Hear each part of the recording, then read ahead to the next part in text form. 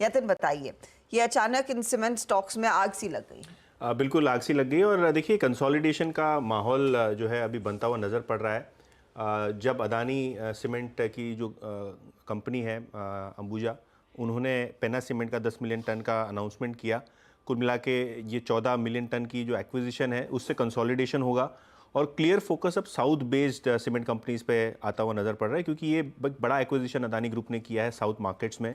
इसके पहले सांगी सीमेंट जो किया था वो वेस्ट मार्केट में था। तो क्लियरली एक कंसोलिडेशन के फेज से गुजर रहा है पूरा का पूरा सीमेंट पैक, जहां आज मिड कैप सीमेंट पैक में खास करके इंडिया सीमेंट, बिरला कॉर्प, छोटी छोटी कंपनीज में आपको ये मोमेंटम दिखाई पड़ रहा है।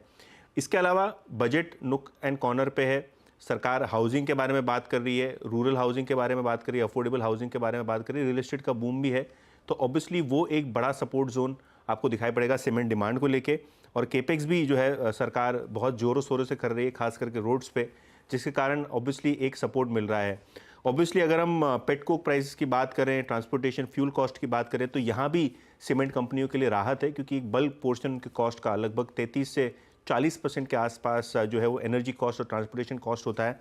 इसके अलावा अगर हम डैम कैपिटल की रीसेंट रिपोर्ट देखें सीमेंट प्राइसेस पे, तो कंसोलिडेट हो रहे हैं सीमेंट के प्राइसेस। मॉनसून में 5 से 7 रुपये प्रति बैग जो है वो सीमेंट के दाम गिरे हैं। एक्सपेक्टेड होता है, सीजनल होता है, लेकिन जो प्राइस हाइक कंपनीज ने Q1 की शुरुआत में की थी उसको कहीं ना कहीं एक सस्टेनेबल कंसोलिडेशन मिला है। इसके अलावा अगर हम बात करें श्री सीमेंट की, तो यहाँ एंटीक की एक रिपोर्ट आई है 2 दिन पहले, जहाँ उन्होंने 32,000 माफ़ कीजिएगा उतने का टारगेट रखा है। जेके लक्ष्मी पे भी एक्सिस सिक्योरिटीज़ का 915 का टारगेट है। तो ब्रोकरेजेस भी है जो हैं वो सीमेंट कंपनीज पे पॉजिटिव हैं। और ये मिड कैप कंपनीज की बात कर रहे हैं हम, लार्ज कैप्स पे तो ऑब्वियसली सारे के सारे जो रिपोर्ट्स हैं ब्रोकरेजेस के लगभग बाय की तरफ इशारा कर रहे हैं। बाय की तरफ इशारा इन सभी सीमेंट कंपनियों में आता हुआ और आसमान छू रहे हैं सारे काउंटर्स।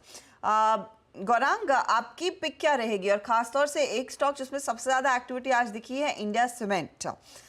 इसको लेकर कई सारे रूमर्स है कि शायद ये अगला एक्विजिशन टारगेट है। कोई अपॉर्चुनिटी है क्या? अर्षदा, अपॉर्चुनिटी बहुत सारी है और सबसे बड़ी दिक्कत है सीमेंट सेक्टर में न्यू मैन्युफैक्चरिंग कैपेसिटीज, यानी कि नई उत्पादन क्षमता जोड़ने के लिए आपको बहुत सारे एंट्री बैरियर्स हैं और बहुत ही आसानी से आपको अनुमतियां नहीं मिलती है नई कैपेसिटी खड़ी करने के लिए। यही वजह है अर्षदा के सिर्फ इंडिया सीमेंट ही नहीं, लेकिन इससे पहले भी जो छोटी और कमजोर बैलेंस शीट वाली सीमेंट उत्पादन कंपनियां हैं, वो स्वाभाविक है एक टारगेट बन जाते हैं टेक ओवर का, और ऐसा हुआ भी है। उदाहरण के तौर पर अल्ट्राटेक ने कुछ कंपनियों को अधिग्रहण कर लिया है, टेक ओवर कर लिया है। और ये इसलिए हो रहा है क्योंकि एक अनुमान ये है कि सीमेंट की खपत यहाँ से और भी ज्यादा बढ़ेगी। एक विचारधारा ये भी रहती थी अर्षदा के बारिश के मौसम में निर्माण कार्य ठप हो जाता है, लेकिन ऐसा बिल्कुल नहीं है।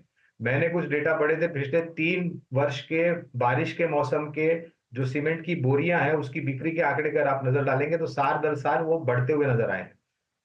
काफी सारी कंपनियां जो हमारी खरीदारी की सूची में है, अल्ट्राटेक, अंबुजा, एसीसी और ग्रासिम ये दिग्गजों में है।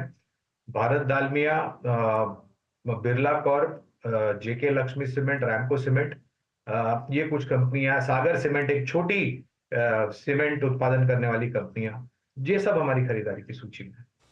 चलिए।